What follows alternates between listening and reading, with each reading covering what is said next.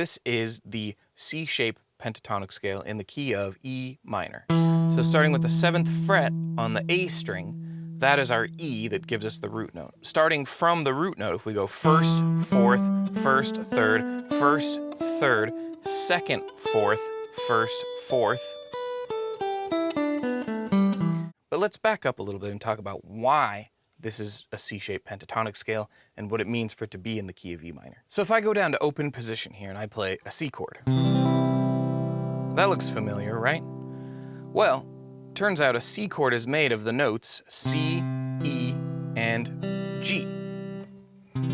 So we traditionally play a C chord like this because we've got a C, the root note of the chord, as the lowest note. And then we've got a collection of C's, E's, and G's that are easy to play. If I label these notes, you can see there's just C's, E's, and G's here. But there's an extra G up here, and if I reveal, there's an E and a G down here. So if we try to map out all the notes in a C major chord, just between the open notes and the 3rd fret here, we've got E, G, C, E, G, C, E, and G. All we need to do is add 2 notes of the scale to turn this into a pentatonic scale. And those notes are D, which I'll just put in green here, and A. And now we've got a map of all the notes in a pentatonic scale.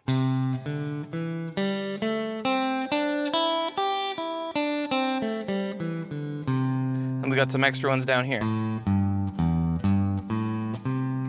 So when we talk about the C-shape pentatonic scale, what we mean is we take an open C chord and we use that shape as the basic starting point for creating a pentatonic scale. So if I remove all the note names here, you can see, oh, we've got this interesting shape. And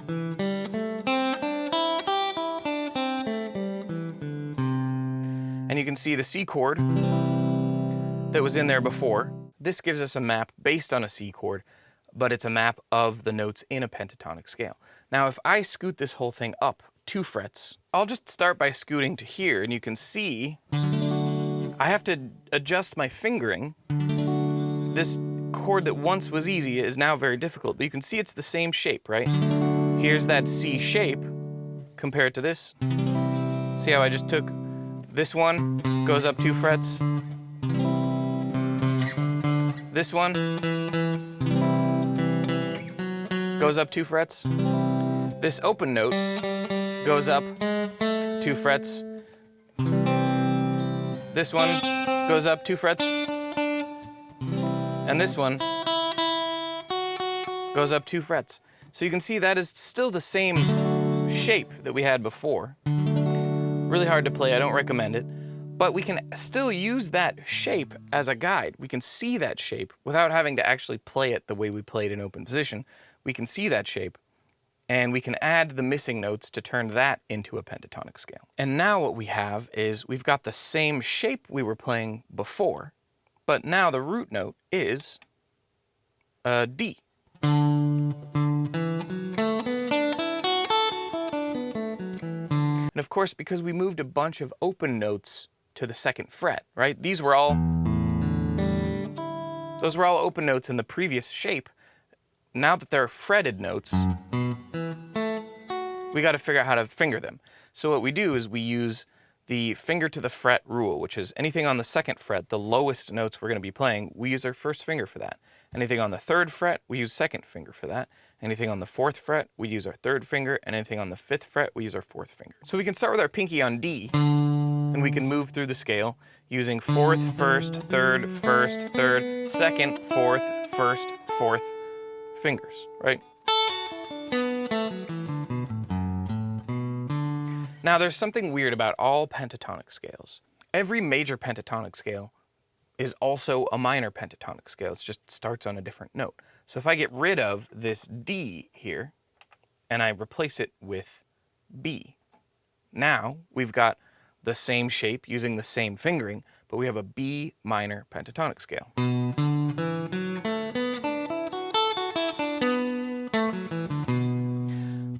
Same notes, just a different starting point. So the thing to remember about the C-shape pentatonic scale is that the root note for the minor key is on the first finger of the A string. Wherever you move this shape, it's always going to be first finger A string. That is the root note for the minor key. And then the root note for the major key is always going to be on the A string on your pinky note.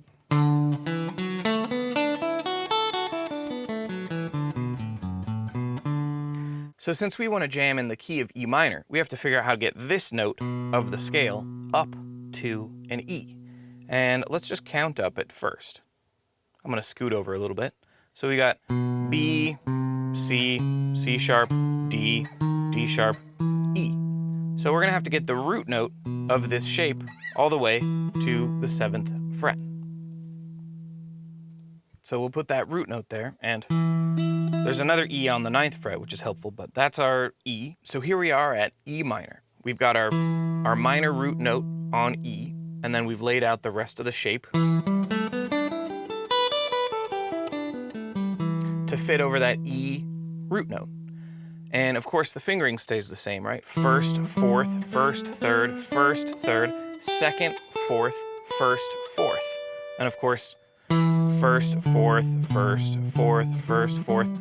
So this is the beauty of having shapes on guitars. You can move a shape around to change the key, but you don't have to change the fingering. You don't have to learn a whole new shape. You just move that shape to a new location. So now that we're here, we've got the C-shaped pentatonic scale in the right location, and we want to play a solo. A lot of times when people start playing a solo, it sounds like this.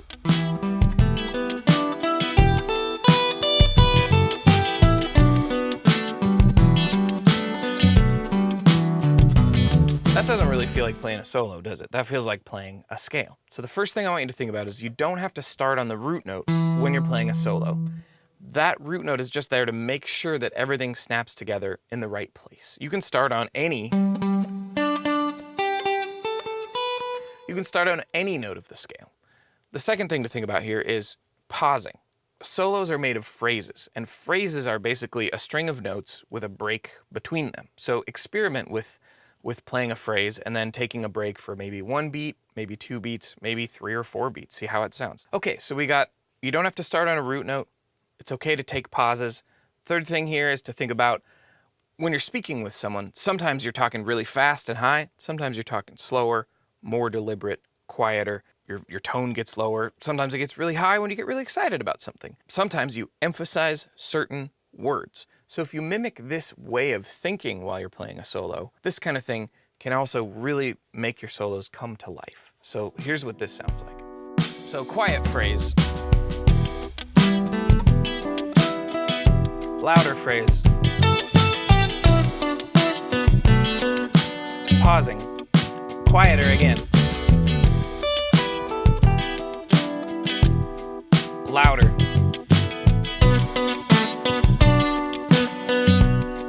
You see what I mean? Sometimes just thinking of the dynamics, thinking of the loud and quiet, and thinking of it sometimes like you're having a conversation with yourself. I'm going to play a loud, intense phrase, and then I'm going to have a different voice that kind of goes, oh, yeah, I see what you're saying. Thinking of it as a little conversation like that, where the pauses are the breaks between people or just the breaks between intensity and softness can really make a big difference. So those are just a couple of things to think about while you're playing a solo, while you're learning how to do this. As long as you get your C-shaped pentatonic scale in the right location, where your first finger on the A string is on the note E, which is at the 7th fret for the key of E minor, because that's where an E is. As long as you have the shape set up the right way, and you're making sure you know the relationship between those notes, right? First, fourth, first, third, second, fourth, first, fourth. And then of course down here it's also first, fourth. And you can play lower. Totally fine.